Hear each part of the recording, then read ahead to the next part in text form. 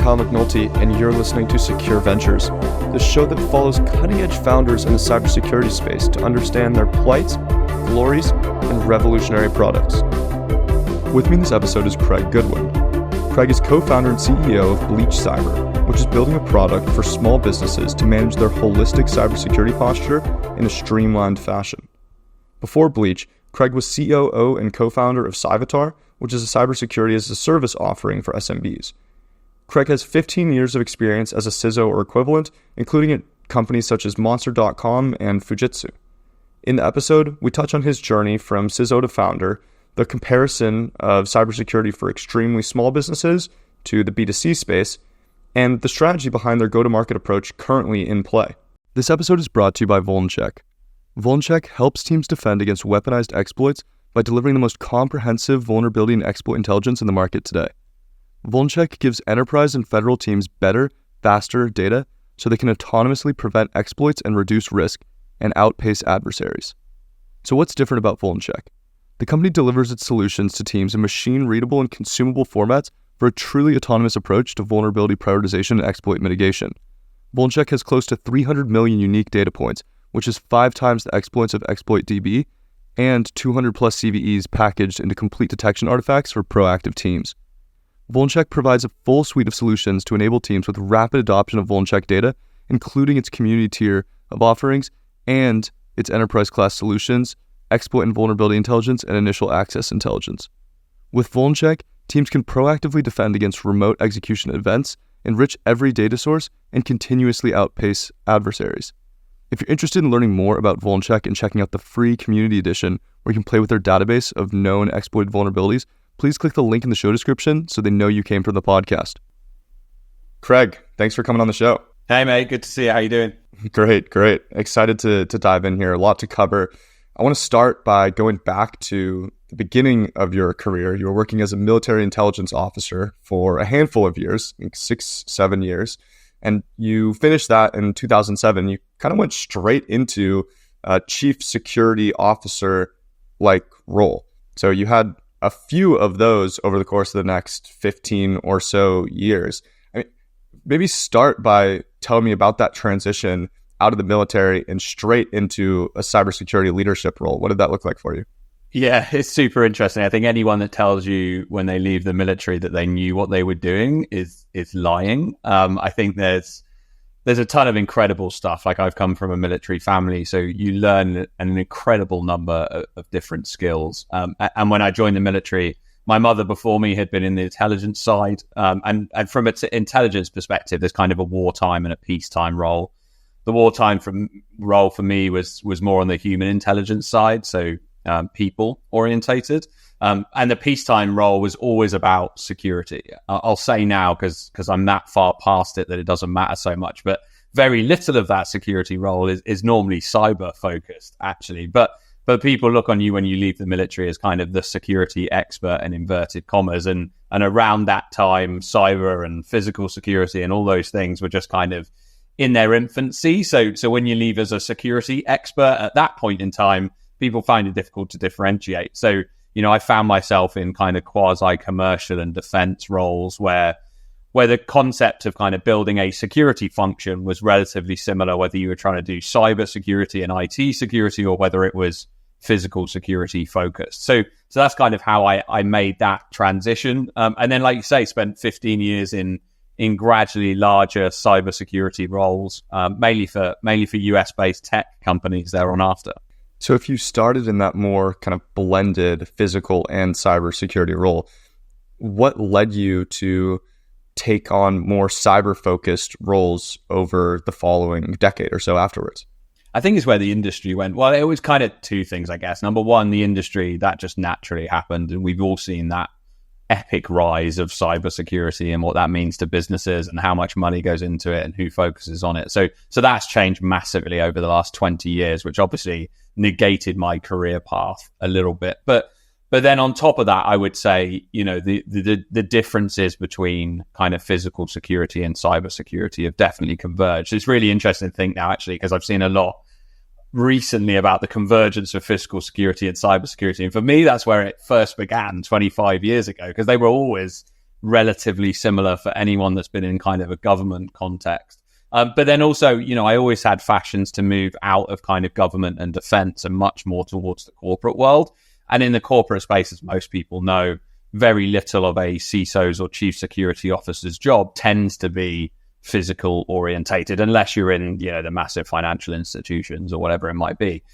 So it was just a natural progression of both the industry moving towards cyber and IT, and that where my interest lies as well. So, both things happened at the same time, which led me to where I am.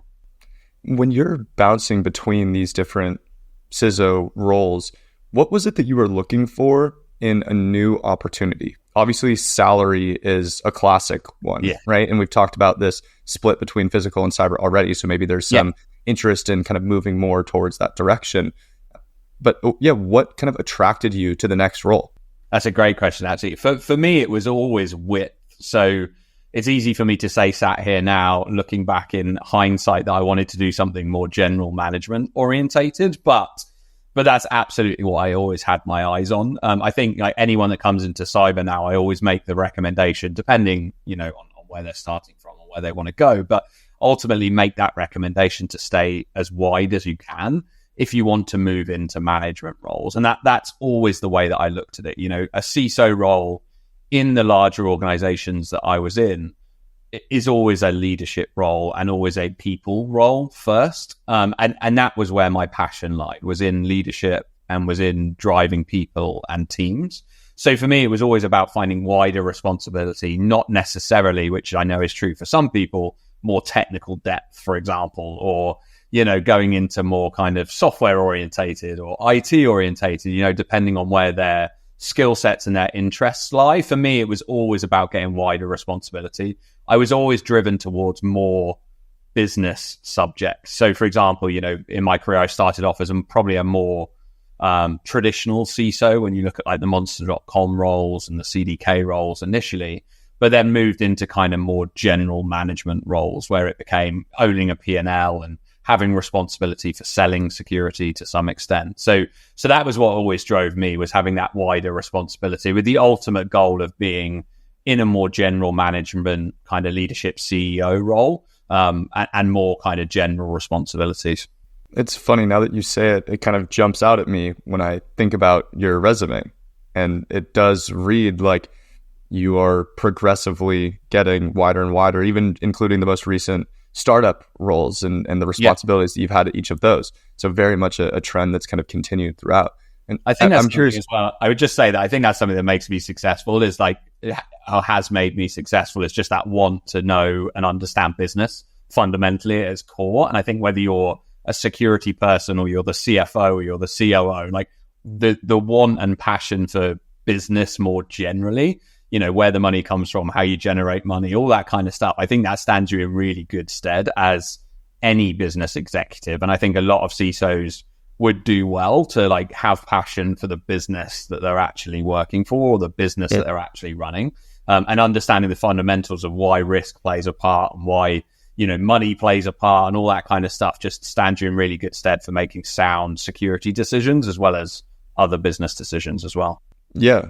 I feel like over the last, let's say, like almost 10 years now, there's been much more pressure on security professionals to kind of better understand the business that they're supporting at the end of the day, rather than being laser focused on security itself. And I think what you're describing very much reflects that as well, where it's saying, the better you understand the overall business, the better you can make those strategic decisions on the cyber front within that business. So, and you mentioned obviously this kind of pursuit of width throughout, and I mean, jumping into a startup and founding a company is a great way to get kind of the ultimate width of a company. But did you know that you wanted to do something entrepreneurial at that point, or were you always just kind of thinking, I want to get more like jump my way kind of up the C-suite and eventually find my way into like the CEO role of a cyber company? That's a great question, and one that in hindsight I would answer and say, yes, I definitely knew, but actually I don't know. Looking back 5 or 6 years, if you'd asked me the same question, I definitely had designs throughout my career on being a CEO of an already established like 100%. And there were definite times when I felt like I could do that. I think how I naturally moved into an entrepreneur was, and I think I'm right in saying this, it's very difficult for people to look at a CISO or even one that's got the width that I eventually had and think of them as a CEO candidate. Like, as I thought about that in kind of the end of my corporate career, like the likelihood of someone going from a chief trust officer role even and not being the CFO or the COO and someone going, yeah, come be our CEO. I think well, I'm pretty sure it's relatively rare. Not saying that I couldn't have done it, but I think it would have taken probably a lot of additional education and a lot of other things happening in order for me to convince someone that, right, Craig's the right for a CEO role. I think the only other way that might happen is if you were in one corporate organization for so long that they begin to understand that you know so much about the business that it's a possibility. But you'll see throughout my career, I've kind of jumped around a lot because I've always been incredibly ambitious. I've always looked for things that don't exist in the business that I'm in, et cetera, et cetera. So I think that was kind of the key driver. So therefore, I would say the answer to the question would be yes. I'd done also on the side a lot of kind of VC type advisory, as many CISOs do throughout my career. I'd kind of looked out to the industry and begun to understand, I think, what a good startup looked like, what the key things for success were. And then it was a couple of things that came together that launched the first startup, both personal and professional, which again, I'm always a massive believer you can't untangle. And from a professional perspective, I felt like my corporate career had run its course and I was feeling frustrated. And then from a personal perspective, I went through a process of losing my dad and kind of had some personal stuff going on. And when I came through that, I was like, it feels like exactly the right time to take that risk and take that leap. And, I think lots of people say, and it's a massive cliche, isn't it? It was the right time, but actually I think you kind of feel it. And there was lots of things coming together that seemed like it was the right time to make that leap. So the short answer is yes, I always knew I was going to do this, but I don't know if my 6 year ago self would have agreed with me. So you felt like that right time kind of presented itself in a myriad of different ways there. I mean, what did it look like for it to actually come together at that point? I mean, so much kind of running through your head at that point, obviously. Yeah, it was huge. I mean, when I launched that first startup, I was running both jobs at the same time for a time. Wow. I was running a day job during the day, and then in the evening, I would be supporting the startup. I think a lot of people start like that, almost an advisor kind of capacity. But then that advisor role kind of snowballs and, you're spending more time on that startup and you're adding more input and adding more value. And it becomes this kind of decision point where like physically and mentally, you can't support both of those things. Like I can't do a 12-hour day in a full-time job and then try and do another 8 hours of a startup in the evening. So you're kind of almost pushed into that decision point. And that's what I mean about, right time. It felt like the energy that I was putting into the other side of what I was doing became more important, became, more of my focus than my day job did. And then you start that transition to do it. So I think, I think that's what I mean by no. It's not some universe like holy thing that you just know. It's because you feel it. You feel that your focus has shifted to something new. You feel like it's the right time. You feel like you've got the right influence on the business to be able to make those decisions. So how did the idea for Cyvatar first come about? How did you get connected with it? Yeah, so first business was all about my co-founder, really. So me and my co-founder got together. I was in a position where I was, I was in a corporate world and wanted to come into a startup. He was in a position where he had a vision that he wanted to create. And we came together in a very similar guise. Like looking back now, I think there were differences in those ideas, and that's ultimately led to Bleach and where we are now. But I think actually, getting that crash course of a few years, first time founder, first time building a business, it's a huge cliche. But people say you learn more from your failures than you do your successes. But I would say that's absolutely 100% true. I look back over that period, and albeit that continues to be a success, but for me, it wasn't 100% one that I wanted to build. And taking those 2 years, 2.5 years, whatever it was, to to learn about those pitfalls, to understand what I would do right when I had the opportunity to do it myself, was just incredibly, incredibly important. One of my mentors says to me that I had 40 years startup experience in 2.5 years of that first business. So I'll absolutely take it. And you know, having learned what I learned, it wouldn't have allowed me to be in the position I'm in today. So everything positive or negative is leads you down the right path ultimately, which is really easy again to say now in hindsight. I remember I was texting Andrew Peterson, one of my longtime mentors, while all the fallout was going on.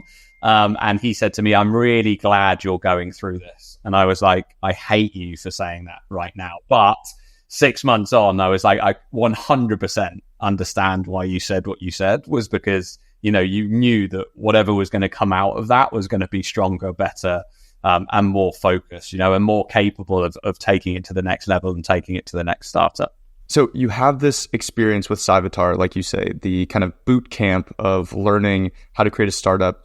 At that point, you're playing in the kind of cybersecurity as a service space. I mean, tell me about that transition to Bleach and what it was that you kind of saw as the opportunity. Yeah, and I think the key to all of this, and I preach about this all the time for any startup, is all about the ICP that you're trying to serve, like the ideal customer profile. And I think in the early days of the last startup, like we got that mixed up. We were trying to be everything to everyone, and what we were trying to deliver to smaller businesses was too costly, you know. And I think what it comes down to is the industry as a whole. Like you look at the industry and 9,000 tools or something ridiculous. I'm sure that's a made up number for the purposes of this podcast, but it's something ridiculous like that in terms of the number of tools that are trying to service the enterprise. And many businesses are trying to do in that as a service space now are take those tools and bring them down market to the smaller businesses. And, you know, I think that could work in the mid-market, right? I think that's a mid-market play where businesses come to this position where they have the money to buy those tools. They just can't run them effectively and don't have the staff or resources to operate those tools effectively. So I think that's a really good, strong play for the mid-market. The ICP that we're talking about is even lower than that, right? We're talking early stage startups. We're talking small businesses where they just do not have the money or the resources to invest in those enterprise grade tools. They're just overly complex. Everyone knows this that's in cybersecurity. Overly complex. You need a team to use them. You need a team to understand them. Like they're just really hard. And I think ultimately that's why no one succeeded at that really lower end ICP that we're talking about, because it has to be a focus on the basics. It has to be tools that are really simple and straightforward to use. And if you say that to a cybersecurity person, they like go a little bit deeper and go a little bit more simple, but no one takes that giant leap to the bottom end where it's really got to be the basic of the basic. And also the thing that no one says is those small businesses and startups don't need enterprise grade tools. Like they only need to be millimeters better than they are now. They just need to do those basics right to get better at that stage of growth that they're at. So that was the opportunity we saw, was to go even lower down market, to simplify even more and to productize even more, so that it was like the QuickBooks is to finance, but for security, you know, or like the Asana is to project management, but for security, like overly simplified, unapologetically simple. And I think too many kind of startups that are trying to attract that space start from the starting point of these enterprise grade tools rather than thinking about the problem from the bottom up. And that's what we've done with Bleach. And I think more and more people and companies are focused on the mid and small business market, right? Like you alluded to, especially just in the last couple of years here. And there's more venture capital funding that's headed there as well. Yeah. Thinking about this kind of specific market niche, I've had several conversations about the market opportunity that exists here and how it's underserved, et cetera. You mentioned going even smaller. So to like the startups, the companies that have the smallest budget as well. Now, I totally get the logic of this being an underserved market, and they just need a simpler platform than what exists already today. An analogy that I'm starting to use in my head is, okay, well, this kind of brings us closer and closer to consumer security as well, where you have like ultra low willingness to pay and need for ultimate simplicity as well, right? And consumer security is something that's generally, let's say, ignored by a lot of players as well, because some of the challenges that come with reaching that audience and actually being able to monetize that audience. So tell me a little bit more about kind of what you see as some of the key differences between the consumer market, which companies often avoid like the plague in cybersecurity, and then these kind of super small startups and small businesses that also have kind of a micro budget comparatively. Yeah, I think you're absolutely right. I think you hit the nail on the head, and that's the key nuance for Bleach. I don't think there is a great deal of difference. I think I saw some stats last month sometime that said that I think it was something like 60% of what we class as small businesses still utilize personal Gmail for email addresses, right? And that's because they don't see themselves as a business, like they're self-owned or you know they're operating a business from their house or whatever it might be. So I don't think there is a great deal of difference. I think the mentality that it's going to take to build a de facto cybersecurity solution for that bottom end of the market needs to take a hell of a lot of consumer-based learnings. And that's some of the stuff that we're starting to do with Bleach right now. You think about, you know, and it's crazy that cybersecurity founders forget this. I'm a founder now, right? And I act like a consumer. If I see, I don't know, an AI-based marketing tool, or because I'm in go-to-market mode right now, or, you know, a new CRM, like, where do I see that? Well, I see that when I'm scrolling through social media, right? I see that, you know, potentially when I'm looking through Instagram, or, you know, when I'm flicking through LinkedIn or whatever it might be. And if there's a startup free and I want to try it and it works well, and I'm going to continue to use it. And now, where do you see that in the cybersecurity industry? You just don't. It doesn't exist, right? How often am I scrolling through my Instagram feed, for example, and I see a cybersecurity tool and I'm like, give that a go? No, it just doesn't happen. You take weeks to install these things. You have to speak to a sales guy 3 times to go and get a trial. You know, you have to integrate it and it takes 3 months to do. All these things that are antiquated about the cybersecurity industry are exactly what we're trying to challenge with Bleach. But the key differentiator here is that we're enabling it with their existing infrastructure, right? So I think the step change that the industry has made, which makes it possible for us to do what we're doing today, is that all of that tech stack that those small businesses are already using now contains a ton of security functionality. If you look back over the last 5 to 10 years, your Googles, your Microsofts, your Amazons of the world have all taken great leaps, whether it be through acquisition or just internal development, to create tools that enable a business to be secure. And the reason they've done that is because we've done a good job of making security a differentiator. Like, people actually go buy things because they're more secure now, which is an incredible leap forward than we were, 10, 15 years ago, whatever it might be. So if you take that rationale and you look at the tech stack that they're using and say, well, actually, Microsoft, Google, Amazon, you contain a ton of security functionality. The difference is it's still really hard to use. Like, you send someone who doesn't know what they're doing with their email configuration into their Gmail account or into their Google Workspace account and say, well, configure it securely. It's still notoriously difficult to do, especially if you're talking to an accountant or a law firm or, whoever it might be. So that's what Bleach has done. Bleach has created this abstract layer effectively where they can make it simple, straightforward, and easy by just hooking up their existing tech stack and getting secure and driving security use cases from that. And I think the key things that have changed are the way that we're utilizing that tech stack and what that tech stack now contains. So, right full circle back to your original question, I don't think there's much difference in the go-to-market. I think we've got to make it simple. We've got to make it straightforward. We've got to make it really easy to bring the barriers down for them to see security and see that they can get secure quick, cheaply, and cost-effectively without needing sharks with freaking laser beams, which is what we've tried to sell them in the past. And so I know part of your focus is cloud security and kind of managing that whole footprint. Cloud security, in my mind, is one of the easier things to manage as a consumer because there's no coding required. In general, you're just toggling a bunch of switches, right? And most of cybersecurity today, I think it's fair to say there's not a lot of software development that's required to make these changes as a small business, right?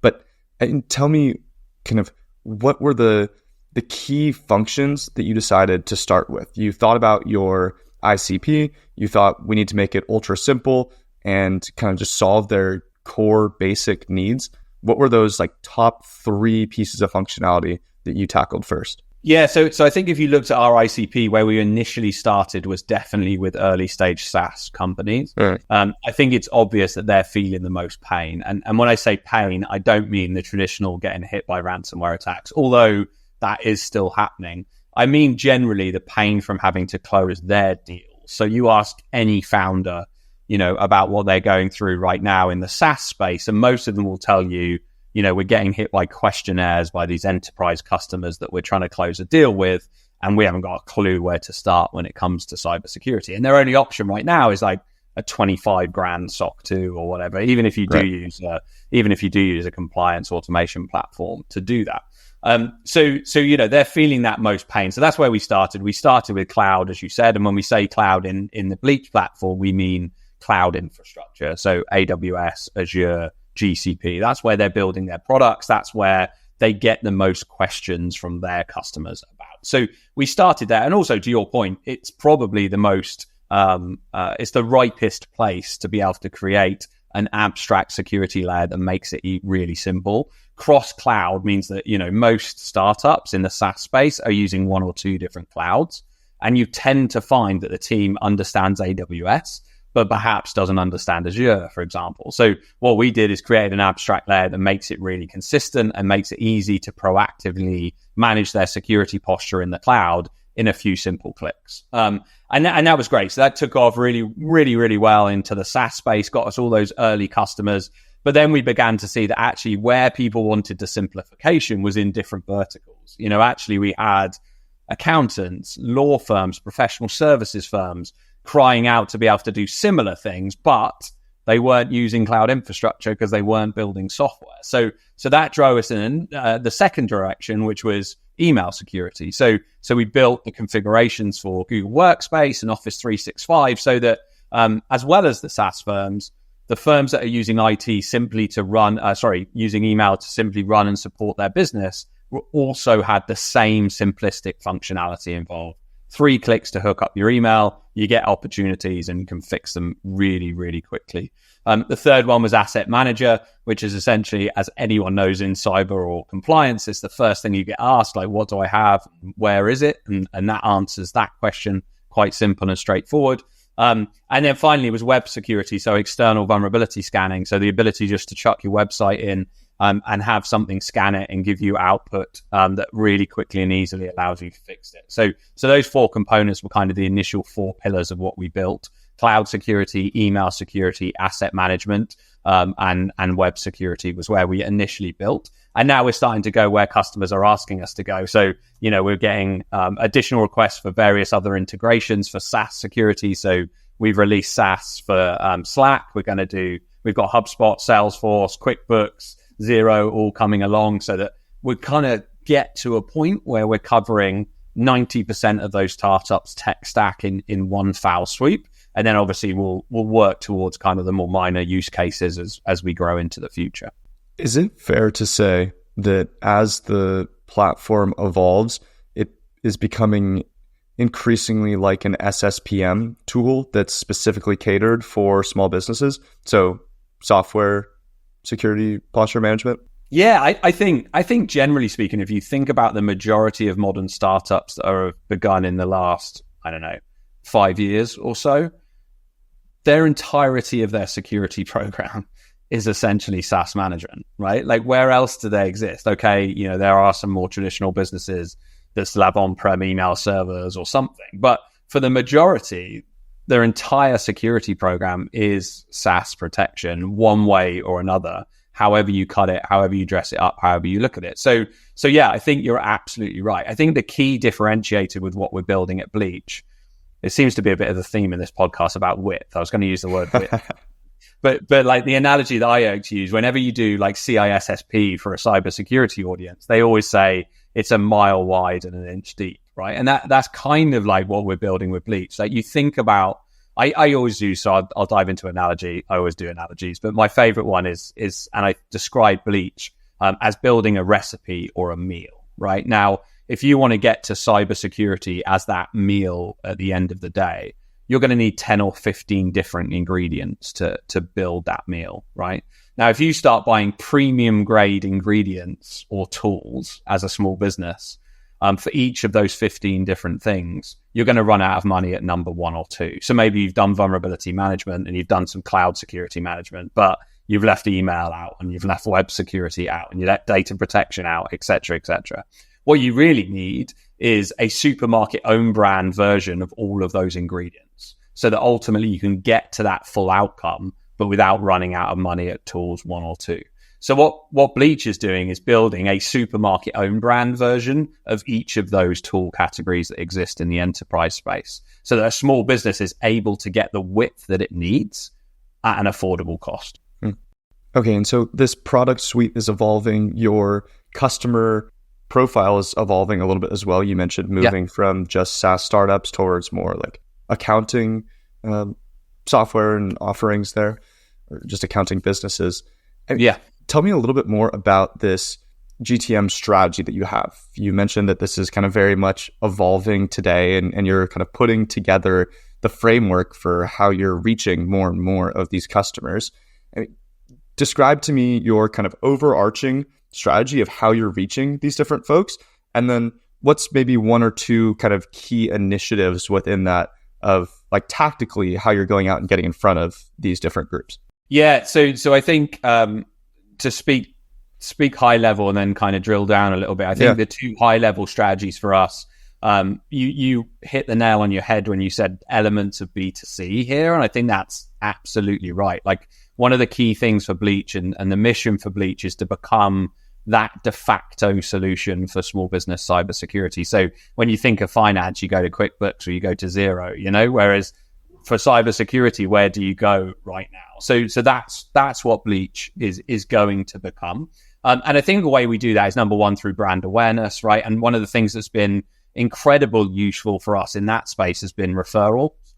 So, when one person starts to feel the power and the simplicity of the solution, that then becomes easy. And particularly in like founder communities, like early stage startups, when someone finds that something's good and it does what you expect it to do in a simple and cost effective way, you're going to tell people about it, whether it's in the founders communities or whatever. And that kind of transpires in 2 ways. Number 1 is obviously word of mouth and in groups. So, we had a big influx of Techstars-based businesses when we utilize Techstars.